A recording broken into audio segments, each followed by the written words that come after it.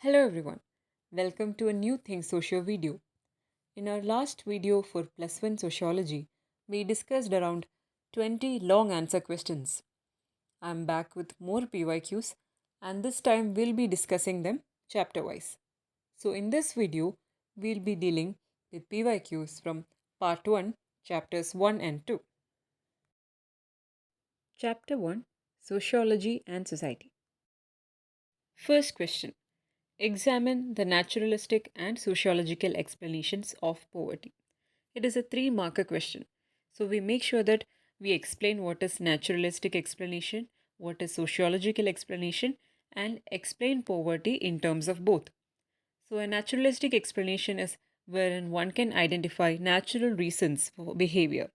In sociology, we try to bring in meaningful connections.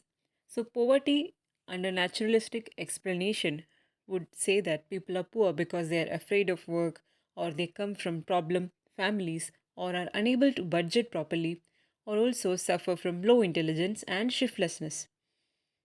Under sociology, poverty will be explained as caused by the structure of inequality in class society, and it is especially experienced by those who suffer from chronic irregularity of work and low wages. So, this is how you can explain, even with another example of homelessness, this is how you explain in a naturalistic explanation and also sociologically. Second question. Discuss the relationship between sociology and psychology. It is again a three-marker question, so we make sure that we define psychology and sociology first. Psychology is often defined as the science of behavior, and sociology attempts to understand behavior as it is organized in society. Social psychology serves as a bridge between psychology and sociology and maintains a primary interest in the individual but looks at behavior in the larger social context. An example that you can give in this context is Durkheim's study of suicide, where the individual act of suicide is studied within the larger social context and explained. Third question. Discuss the relationship between personal problems and public issue with an example in the light of the sociological imagination put forward by C.W. Mills. This is a four-marker question. The personal troubles of the milieu and the public issues of social structure are connected. These are the exact lines from his work. Societal changes or historical changes can affect individual successes and failures of men and women. Examples that he gives include industrialization, how it can make a peasant become a worker. War is another societal change which can affect families, cause unemployment, and also make people change their occupation. The summary is that neither the life of an individual nor the history of a society can be understood without understanding both. Sociological imagination enables us to grasp history and biography both and relations between the two. Fourth question. Analyze the views of Amartya Sen about inequalities existing in Indian society. This is a two-marker question. We have a quote of Amartya Sen in our textbook, and it goes like this. Some Indians are rich, most are not. Some are very well educated, others are illiterate. Some lead easy lives of luxury, others toil hard for little reward. Some are politically powerful, others cannot influence anything. Some have great opportunities for advancement in life, others lack them altogether. Some are treated with respect by the police, others are treated like dirt. These are different kinds of inequality, and each of them requires serious attention.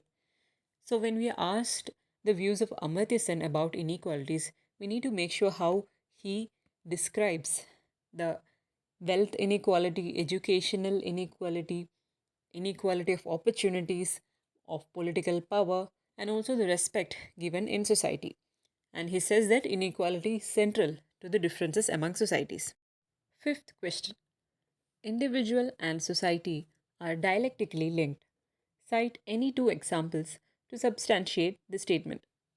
This is a four-marker question. How are individual and society linked? Individual efforts matter a great deal, but they do not necessarily define the outcome. This is actually the beginning of the chapter, first chapter in part 1 textbook. Here they explain how individual efforts alone cannot actually define an outcome. There are several other social factors that play an important role in the final outcome. The individual in modern times belongs to more than one society, and societies are unequal. Now we can substantiate this with two examples. One example would be of finding a job. What are the factors that affect somebody finding a job? Individual effort alone is not enough. His or her social location will play a very important role in him finding a job. Another example would be marrying someone. Whom do you choose to marry? Does personal liking alone is uh, enough to determine that? The rules of marriage existing in the society also play an important role in determining who one can marry. Gendered socialization is another way in which society actually has a say over how individuals grow and get socialized and they learn.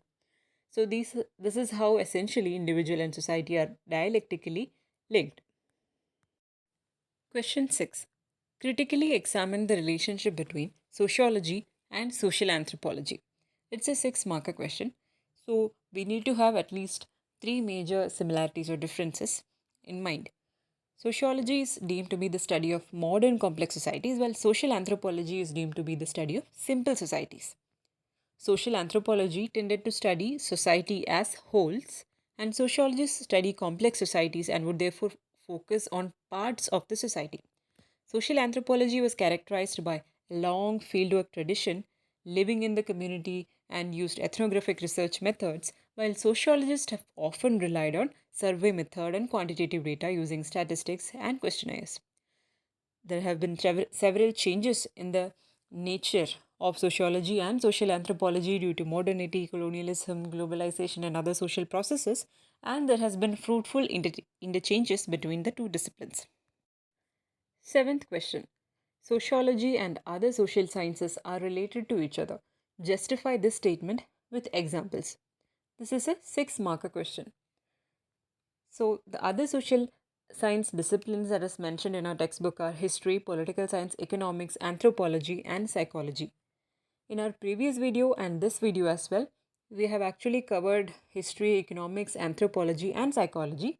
So, I'll not go into detail about political science, but it is clearly mentioned in the textbook and it is a very important PYQ. So, make sure that you look at all these subjects and the similarities and differences that they have with sociology and remember them in pointers so that you can note down them quickly. Eighth question. Describe the scope of sociology. Again, a 6 marker question. Sociology has an extremely wide scope. That should be our initial sentence. And it focuses on meaningful interactions between individuals. For example, a shopkeeper and a customer, a doctor and a patient, all those meaningful interactions. It also focuses on national issues such as unemployment, caste conflict, rural indebtedness, effect of state policies, etc. It also focuses on global social processes like the coming of electronic media, education system, globalization, and other global processes. All these come under the scope of sociology and thus it makes its scope extremely wide. Chapter 2. Terms, concepts, and their use in sociology. First question. Any gathering of people does not necessarily constitute a social group. Do you agree? Substantiate. We should first write that yes, we agree, and also explain what are the other gatherings of people that do not constitute a social group. In the text, we have aggregates. Aggregates is a collection of people who are in the same place at the same time, but they share no definite connection with one another. And quasi groups is again an aggregate or combination which lacks structure or organization and whose members are unaware of the group existing. So, substantiating, we can also note down the features of a social group as a social group needs persistent interaction, a stable pattern of these interactions, a sense of belonging, rituals and symbols, a shared interest, acceptance of common norms and values, and a definable structure. So, any gathering of people that doesn't have the following features will not constitute a social group. Second question. Explain caste as a system of social stratification. This being a three-marker question, we can mainly note down three major features of caste. Caste is a system in which individuals' position is ascribed by birth, and different castes form a hierarchy of social precedence, and each position in the caste structure is defined in terms of its purity or pollution relative to others. That is how Brahmins become the priestly castes and Panchamas become the outcasts. The traditional system is generally conceptualized in terms of fourfold varna of Brahmins, Kshatriyas, Vaishyas, and Shudras.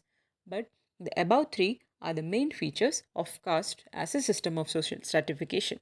Third question. Write any two features of a Khasi group. This being a two-marker question, we can just note down two major features of a Khasi group. Khasi group lacks structure or organization, and the members of the Khasi group may be unaware or less aware of the existence of groupings. Fourth question. Sociology needs special terms and concepts. Substantiate your answer. Terminology is very important for sociology. Why? Because its subject matter is very familiar, and just because words do exist to denote it, because it is very familiar, there is a chance of conflating or equating sociological knowledge with common sense knowledge or naturalistic explanation, and that is why sociology needs special terms and concepts. Fifth question. Explain how peer groups influence your life. What is a peer group? Peer group is formed between individuals who are either of similar age or who are in a common professional group. Peer pressure refers to the social pressure exerted by one's peers on what one ought to do or not.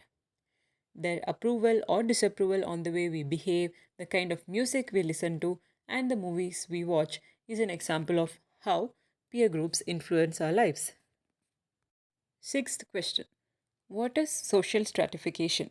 Caste and class are two different forms of social stratification. Discuss. This is an 8-marker question. So, first we need to define what is social stratification. Social stratification refers to the existence of structured inequalities between groups in society. And the second question is, how do we differentiate between caste and class as forms of social stratification? So, the differentiation on the basis of these aspects is given in the table. On the basis of stratification, caste is ascribed status, whereas class is achieved status. In the aspect of social mobility, caste is rigid as there is no mobility, it is a closed system. Class is flexible and allows movement, and it is an open system. In terms of determinants, caste is based on religious and traditional hierarchy, whereas class is based on wealth, occupation, and income. Endogamy or marriage rule, caste follows a strict endogamy, and in class there are no restrictions or interclass marriage is possible. The nature of system, it is caste is fixed and hereditary, class is dynamic and changeable. An example would be Indian caste system, and example of class would be upper, middle, and lower class in capitalist societies. Seventh question. Differentiate between status and role. Status refers to the social position with defined rights and duties assigned to these positions. A role, on the other hand, is the dynamic or the behavioral aspect of status. Status is occupied, but roles are played. So we can say that a status is an institutionalized role. It is a role that has become regularized, standardized, and formalized in the society. Eighth question. Bring out the functional and conflict views regarding social control. Which view do you think is more suitable for the contemporary Kerala society and why? For a functionalist perspective, social control refers to use of force to regulate the behavior of the individual and groups and enforcing of values and patterns for maintaining order in society. Social control is directed to restrain deviant behavior of individuals or groups. Conflict theorists, on the other hand, would see societal control as a mechanism to impose the social control of dominant social classes on the rest of the society. Now, to answer the second question, that which view do you think is more suitable for contemporary Kerala society? I have answered from my personal opinion that the conflict view is more suitable for understanding the Kerala society, because there has been a history of political and social movements and resistance towards state control, the increasing surveillance and the policing of protests and all happening. So this reflect how conflict theorists were concerned about power consolidation and social control in general. Thank you for listening, and I'll see you in my next video with PYQs from chapters 3, 4, and 5 of part 1. Meanwhile, all the best with your preparations.